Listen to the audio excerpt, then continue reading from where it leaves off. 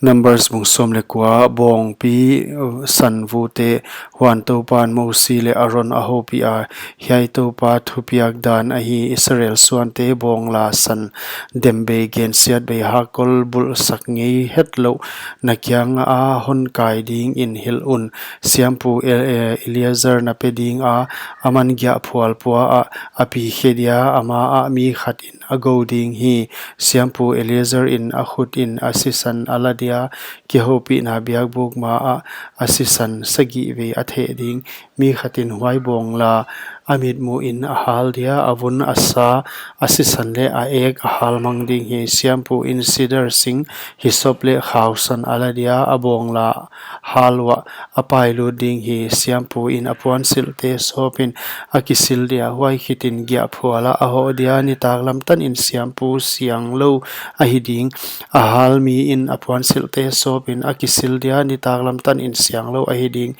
mi asiang khat in bong la vu ala khom dia gya phual pua amun siang a ngai a akoi dia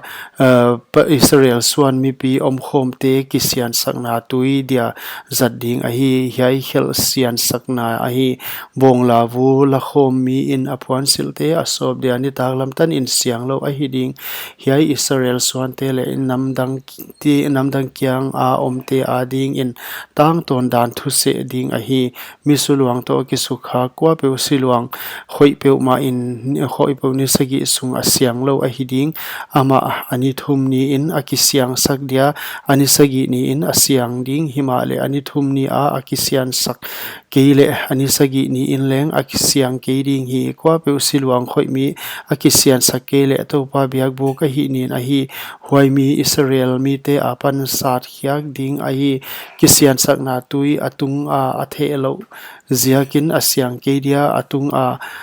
asian lo na a om lai hi puanin a mi asi le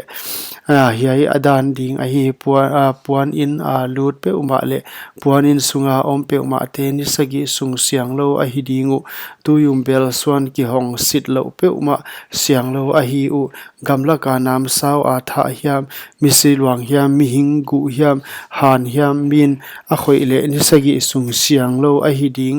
a siang lo te atuam ding in hel thoi na vu ala ding wa bela tui khuk tui to asung ding uhi mi siang in hisop ala dia tuya adia dia puanin tung tui umbel swan ting ting huaya ommi ting ting gu hiam tha siluang hiam mi siluang hiam han hiam khoi mi te tung a athe ding mi siang in ani thum ni le ani sagi ni in mi siang lo athe dia ani sagi ni in a hi siang dia apuan silte asob dia akisil dia ni taklam in ahong siang ta ding hi mi siang lo ki siang sak lo in to pa mun siang tho a hi ni jakin huai mi om khom te apan sat khiak ding a hi kisian sakna tu ya the lo a hi a siang lo a hi hiai amao ading in tang ton dan thu se ding a hi kisian sakna tuya the pe uma in apuan silte asob dia a kisian sakna tui khoi pe uma ni taklam tan in siluang